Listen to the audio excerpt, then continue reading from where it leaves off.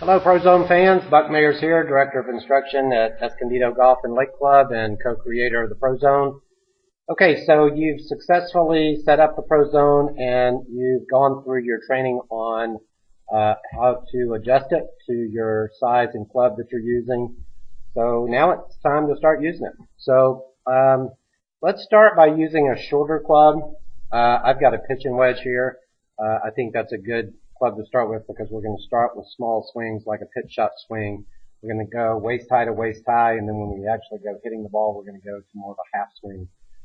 So what we're going to do in the beginning, I use a split screen here to kind of help you see from both angles what we're actually doing. So let's look at the screen on the left. What I'm doing here is going halfway back, and I want you to watch the club face carefully as I'm swinging this club back and forth. I'm actually going to stop it when it gets to a certain position here. I want you to notice that in the backswing that you don't see the club face opening or closing. I'm actually just rotating my chest and my arms. Lower body's moved slightly, but the face, in our opinion, should not be toe up at that point. Most people slice the ball, and what we find with people that have more face rotation back, they end up trying to square it on the downswing, and you have, because you're moving the club at so much of a faster speed on the downswing, it's much more difficult to square the face. So we would rather see the club face toe forward than toe up. This would be toe up at 90 degrees right there. You can see that this is more in the, say, 70 degree range.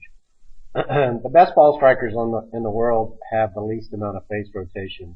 So that's why you see the club face not moving open and closing that much on the back in the through motion. So that's the sensation I want you to do on the back and forth, just working on sequence, feeling how the club moves in space underneath the bar, feeling it in your feet. And then from the face on view, you're going to see the same thing and just going from a hands to waist high to waist high. Really focusing on the face. Now I'm going to start working on impact, but I'm going to focus on path. So now I'm going to go to the halfway back position. Now I'm going to simulate impact. Let's do it from both sides. So this is the impact halfway back to impact. It is there.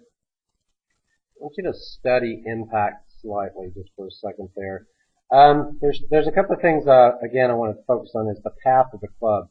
So because the club is swinging on an inclined plane, or a tilted arc, if you will.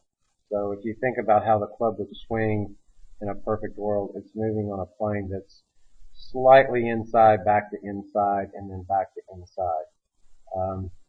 And when you get to the impact position, you'll notice in the picture on the left that the weight will be on the left leg. You can see that the hips have turned to the left, the handle's forward, and the head is still behind the golf ball. So those are the three things I look at impact. Weight left and open with the hips, head behind the ball, and the handle in front of the ball at impact. So that's the second part. So we went waist high to waist high, then we went waist high to impact, and now we're going to actually hit the shot. So again, I'm going to go a little bit bigger, more of a half swing when I actually go to hit the ball. So here's the actual strike of the golf ball. So I'm going, this is again a half swing. Weight on my left leg, handle forward, head behind it, and then finish tall on the front leg. I'm going to show you both angles there.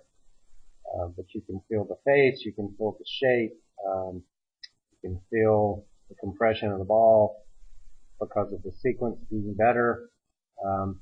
So the Prozone gives you really real-time, real feedback while you're actually doing practice swings, while you're feeling impact, and then when you actually do the work of actually hitting the golf ball, it's important to see and feel what you're actually doing in space when you're actually practicing. So again, start with no ball, half swings back and forth.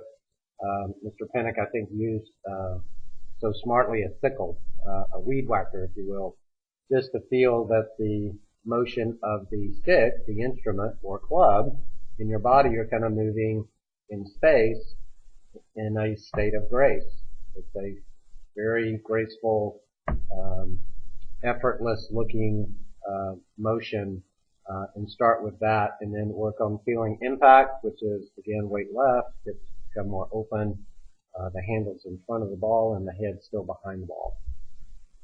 So that's how we use the first step in the Pro Zone. So let's go to work. Let's have more fun. Good luck with your practice.